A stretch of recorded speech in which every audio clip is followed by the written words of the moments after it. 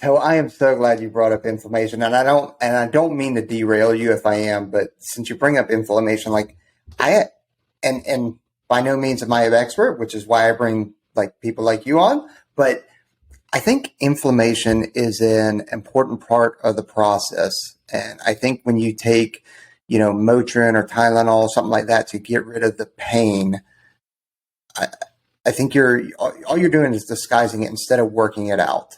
Um, and I'm Yeah. trying to think of an example. Like, I don't think I've ever taken Motrin or Tylenol or something like that for, um, muscular pain. But I know, like, say you roll your ankle a little bit, just not a full, like, but you just kind of tweak a little bit and you take some Motrin or something like that to help to, ease the pain. But if anything, you got to walk it out. Like, you need that pain to send messages to the brain and to your cell.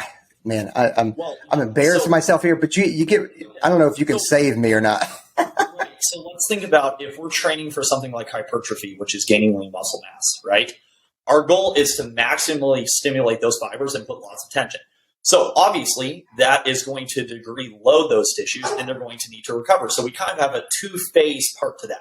We're going to have what's called the pro-inflammatory phase. And the way to think about this is almost like after a natural disaster.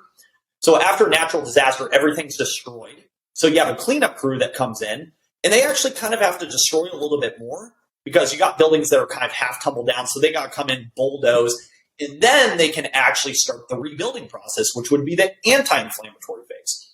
So inflammation is a stimulus or a signal to the body to adapt. So the crazy thing is almost all these recovery methods are trying to blunt that signal. So if I go and do a hypertrophy workout trying to gain lean muscle, and then I go jump in an ice bath, which would be cold water immersion in the research and literature, I am basically potentially, right, blunting the signal that's telling my body to grow. So I'm going to kill that pro-inflammatory phase. I might increase my recovery time and might not get the adaptive response. What was the goal at the beginning of this podcast? The goal is to adapt, not simply just get tired. And it's all about maximizing adaptation. And the important thing to remember is that we adapt through inflammation. So inflammation is a great thing. Obviously, chronic inflammation is another thing, and that's another topic, another podcast. But we think about this, so people will do their training programs, and they'll be chronic, or they'll be inflamed. Their tissues are sore. Their backs hurt. So let's think about what most people do. They go slam a bunch of heavy squats. Their low back, their legs are killing them. So they're like, okay, I need to recover. So they start foam rolling, and they decrease that perceived soreness temporarily, right? Because you're not changing anything. To deform tissue with a foam roller, it just doesn't make sense. The IT band, to deform it like 1%, you need 1,000 pounds per square inch. So basically, you'd have to take a steamroller and hit your IT band to get any tissue change.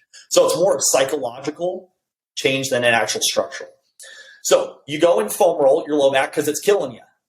And then you rub some CBD on it, and then you take the massage gun, and then maybe you have good soft tissue treatment, so you get some dry needles in there, and you just go ahead with what you have planned. The problem is that pain, that inflammation was feedback from your system that you're not ready to go, A, so you're not fully recovered, or B, your training program sucks. So